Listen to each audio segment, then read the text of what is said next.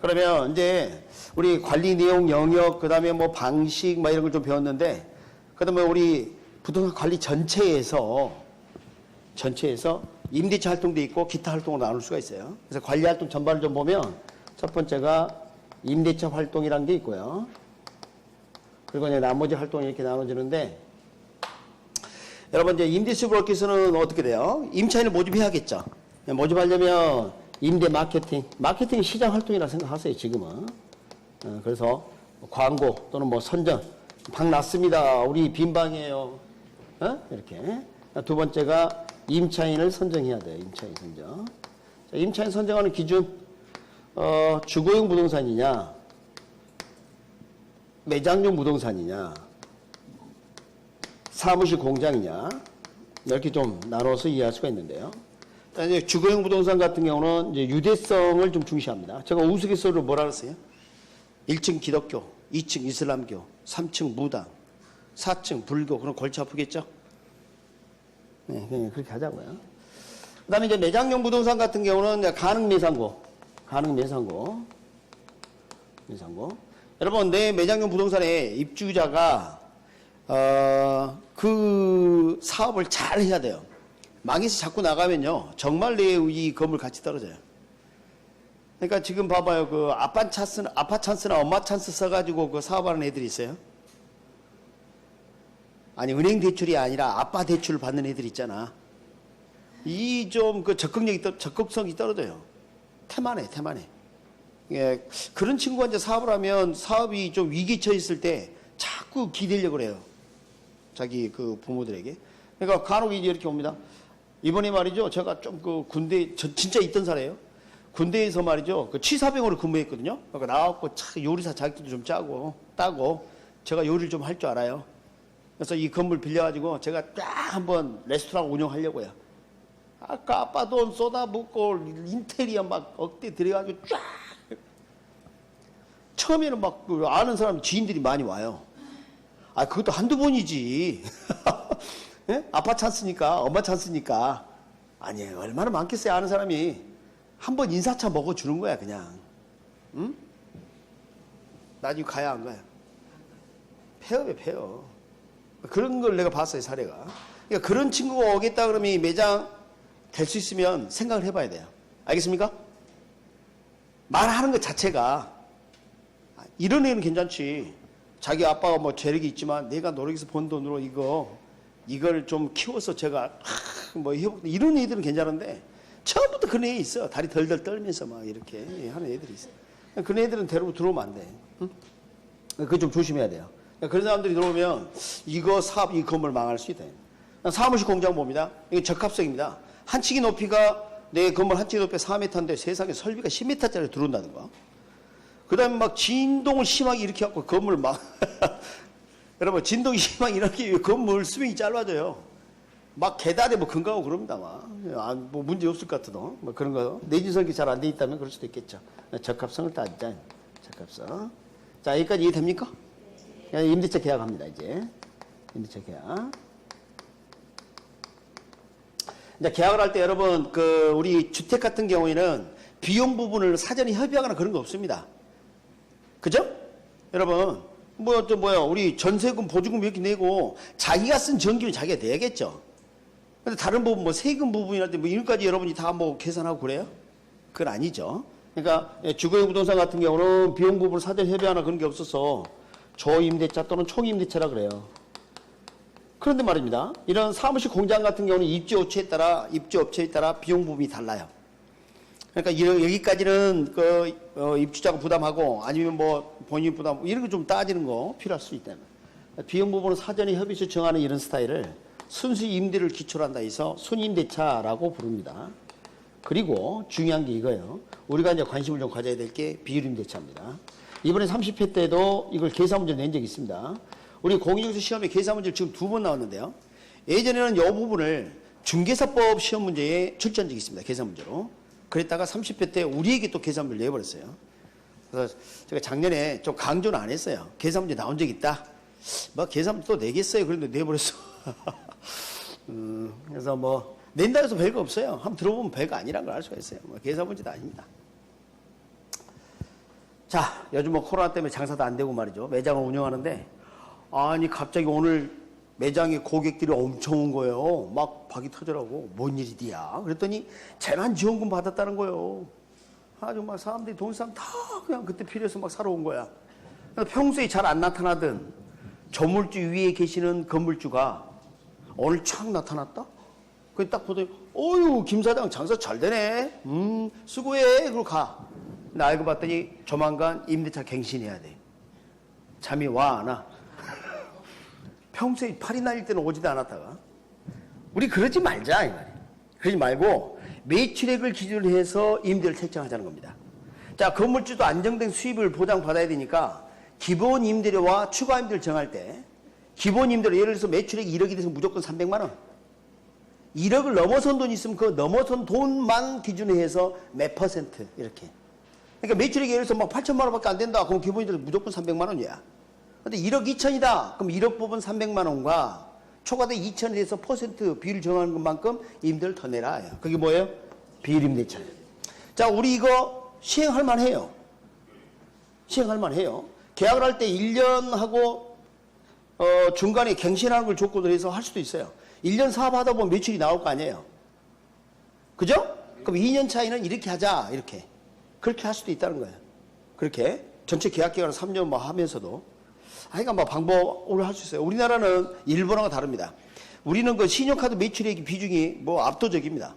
뭐 90% 이상 되기 때문에 솔직히 여러분 여기 수강료 될 때 현금 다 냈다 이런 사람 별로 없어요. 손들 필요는 없어요. 그래서 우리나라 같은 경우는 신용카드 우리하고 정반대로 일본은 현금 비중이 높아요. 그 사람들은 현금을 좋아해. 왜? 이 돈을 은행에 넣어놨더니 나라에게 뺏기고 채권 국채 살았는데 그 휴지 만들어버리고 그런 적이 있거든. 이게 일본 국민은 기본적으로 국가를 신뢰하지 않아. 그러니까 전쟁 나면 전쟁에 참여할 사람 몇 퍼센트, 그러니까 10%도 안 돼. 대한민국 국민은 80% 넘어. 나이가 먹어도 나는 전쟁 나면 나는 특히, 거기가 전쟁, 나는 뭐 가겠다 이런 사람 더 많다고. 참 희한한 나라예요, 그 나라. 네, 그래서 우리나라 같은 경우는 신용카드가 이제 발전되어 있기 때문에 이런 것도 한번 해볼 만하다는 겁니다. 출제자에 관심이 많아요, 그래서. 자, 임대 계약하면 임대료 수집을 정기적으로 해야 될 겁니다. 전에 이런 표현이 있었습니다. 임대료 수집을 할 때 정기적으로 임대료가 입금이 될 시기를 사전에 알리는 것도 필요해요. 고의가 아니고 자동이체가 안 돼 있으면 깜빡할 수도 있거든. 그렇죠?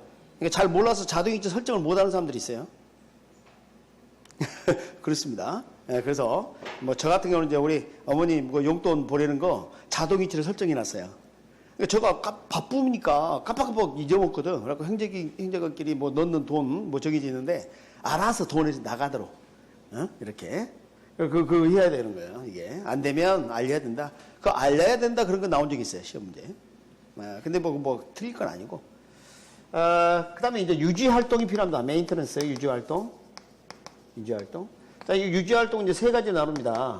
일상적 유지 활동과 예방적 유지 활동, 그다음에 대응적 유지 활동, 이렇게 크게 셋으로 나누는데, 일상적 유지 활동은 정기적 활동입니다.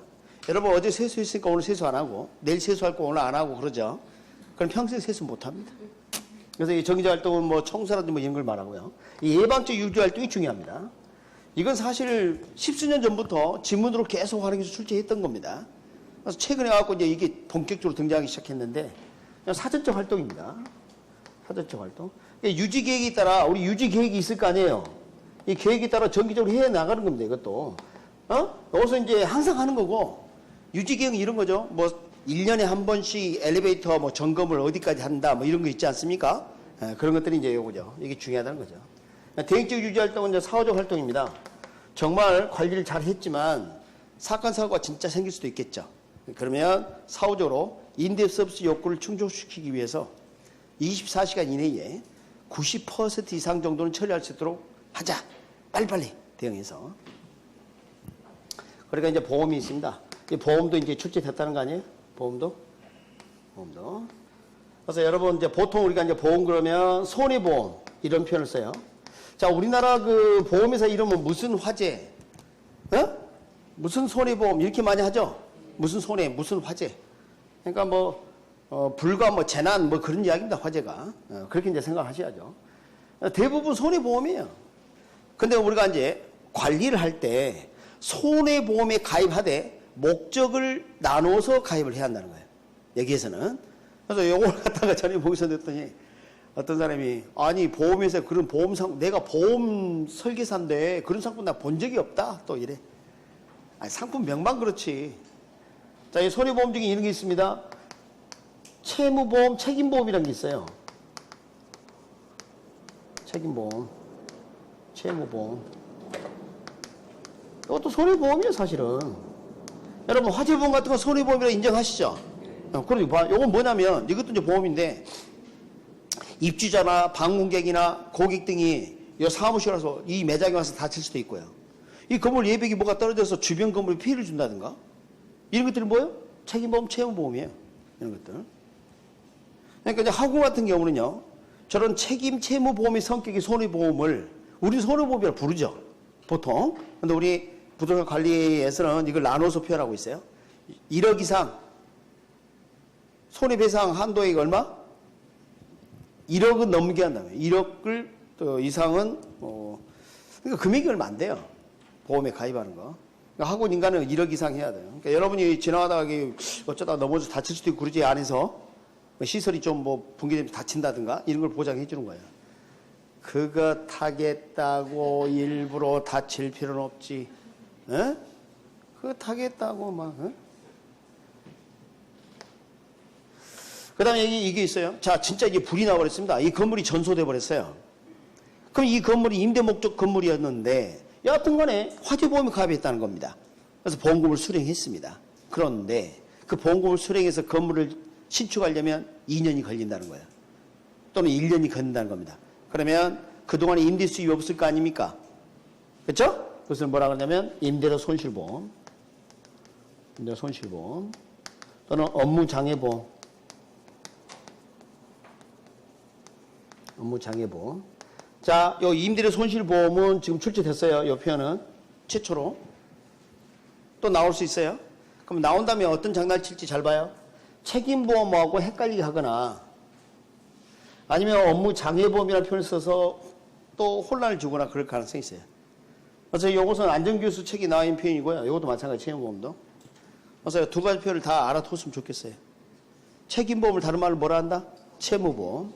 임대 손실보험은 뭐예요? 업무장애보험. 임대업으로 하는데 업무장애보험이지 그게. 임대 목적 건물이 아니라면 업무장애보험이라는 표현이 더 어울리죠. 그렇지 않겠습니까? 예, 그래서 자주 읽어 주셔야 돼요. 방법이 없어요. 그렇게 하셔야 돼. 그러면 이제 장부도 처리하고 보고서 작성하고